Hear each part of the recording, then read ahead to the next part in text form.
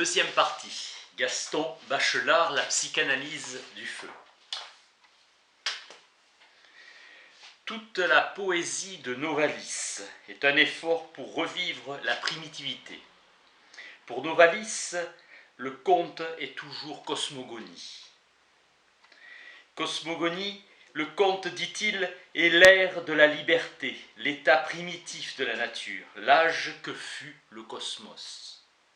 L'image psychanalytique conduit Novalis à dire « du glaive à la princesse ». Eros laissa tomber le glaive et courut imprimer un baiser de feu sur les lèvres fraîches de la princesse. Ce besoin de pénétrer, d'aller à l'intérieur des choses, des êtres, est une séduction de l'intuition de la chaleur intime. La chaleur se diffuse, elle s'estompe comme un rêve. Naudier l'a reconnu, toute description d'une descente aux enfers a la structure d'un rêve. Pour Jean-Baptiste Robinet, dans De la nature, le feu élémentaire est capable de reproduire son semblable. Robinet, dans sa rêverie, retrouve pour le feu la nécessité génétique. Si on laisse le feu à sa vie naturelle, même en le nourrissant, il vieillit et meurt.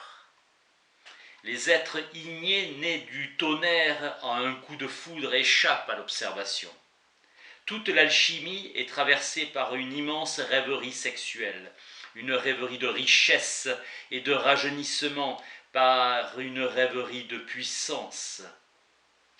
Le feu est fortement polarisé par des désirs inassouvis. Le feu sexualisé est par excellence le trait d'union de tous les symboles. Il unit la matière et l'esprit, le vice et la vertu. Il idéalise les connaissances matérialistes et matérialise les connaissances idéalistes. Le feu, le premier phénomène sur lequel l'esprit humain est réfléchi. Désir de connaître qui accompagne le désir d'aimer. La conquête du feu sépare définitivement l'homme de l'animal, l'homme rêvant devant son foyer. Par une douce torture, la psychanalyse doit faire avouer aux savants ces mobiles inavouables. Le feu est le phénomène qui a le plus préoccupé les chimistes. Longtemps on a cru que résoudre l'énigme du feu, c'était résoudre l'énigme centrale de l'univers. Pour beaucoup d'esprits, le feu a une telle valeur que rien ne limite son empire. C'est peut-être l'idée que le feu s'alimente comme un être vivant qui tient le plus de place dans les opinions que s'en forme notre inconscient. Blaise de Vigenère, dans le traité du feu, rappelle que les Égyptiens le disaient être un animal ravissant et insatiable qui dévorait tout ce qui prend naissance. Caractère de la digestion dans la chimie du feu. Les Perses, lorsqu'ils sacrifiaient au feu, lui présentaient à manger sur l'autel, usant de cette formule « mange et banquette, feu seigneur de tout le monde ».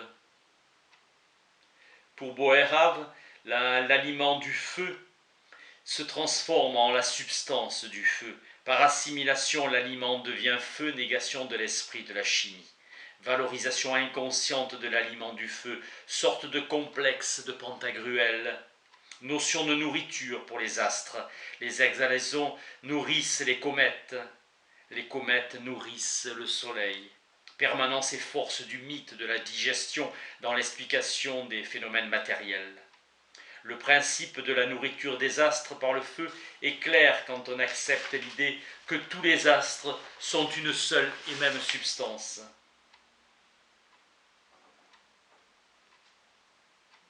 Il est intéressant pour une psychanalyse de la connaissance objective de voir comme une intuition chargée d'affectivité peut offrir des explications.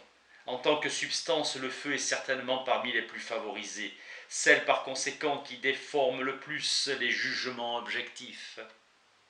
L'équation du feu et de la vie forme la base du système de Paracelse, qui recèle du feu à le germe de la vie. Une physique de l'inconscient est toujours une physique de l'exception. L'esprit poétique obéit tout entier à la séduction d'une image préférée. L'alcool étant combustible, on imagine que les personnes qui s'adonnent aux liqueurs sont imprégnées de matière inflammable. Qui boit de l'alcool peut brûler comme l'alcool. L'idée va s'imposer à la crédulité publique tout le long du XVIIIe siècle. Hoffmann et Edgar Poe ont été puissamment aidés dans leur tâche géniale par l'alcool. L'alcoolisme de Hoffmann, c'est l'alcool qui flambe, celui de Poe et celui de l'oubli. Quand la concentration de l'alcool est telle dans les chairs, on ose parler d'incendie spontané, de sorte que l'ivrogne n'a même pas besoin d'une allumette pour s'enflammer. Ce que Émile Zola transporte dans le règne des fées, c'est sa rêverie devant son bol de punch, son complexe de Hoffmann. Punch. Saturation depuis des années de la substance inflammable, le complexe d'Hoffmann noue sur une image première, sur un souvenir d'enfance. Obéissant aux fantômes personnels, ils enrichissent l'objet contemplé. La passion rencontrée devient la passion voulue. L'amour devient famille. Le feu devient foyer. Que le feu devienne péché ou mal se comprend dès qu'on saisit le feu sexualisé. Toute lutte contre les impulsions sexuelles doit être symbolisée par une lutte contre le feu. Max Scheler dénonce cette nourriture par la souche et montre ce qu'il y a d'excessif dans la théorie de la sublimation telle que le développe la psychanalyse classique. La morale naturaliste confond toujours le noyau et la coquille. Le feu purifie tout parce qu'il supprime les odeurs nauséabondes. L'agréable prime l'utile. Nous pouvons suivre l'interprétation de Fraser qui prétend que l'aliment cuit a donné plus de force aux hommes. La viande cuite représente avant tout la putréfaction vaincue. Le feu sépare les matières et anéantit les impuretés. Ce qui a reçu l'épreuve du feu gagne en pureté. Le feu laisse des cendres qui sont considérées comme de véritables excréments. Pour Rilke, être aimé veut dire se consumer dans la flamme, et aimer, c'est luire d'une lumière inépuisable. Aimer, c'est échapper au doute et vivre dans l'évidence du cœur. Novalis dit que la lumière est le génie du phénomène igné, symbole et agent de la pureté. La lumière attend l'œil et l'âme. Amour de Novalis pour cet illuminisme. Armand Petitjean a écrit l'imagination et échappe aux déterminations de la psychanalyse et constitue un règne autogène. Plus que la volonté, plus que l'élan vital, l'imagination est la force même de la production psychique. Psychiquement, nous sommes créés par notre rêverie. C'est la rêverie qui dessine les derniers confins de notre esprit. Pour être heureux, il faut penser au bonheur d'un autre. Altérité dans les jouissances les plus égoïstes. Ce que je reconnais du vivant, c'est ce que je reconnais comme chaud. La chaleur est la preuve par excellence de la richesse et de la permanence substantielle.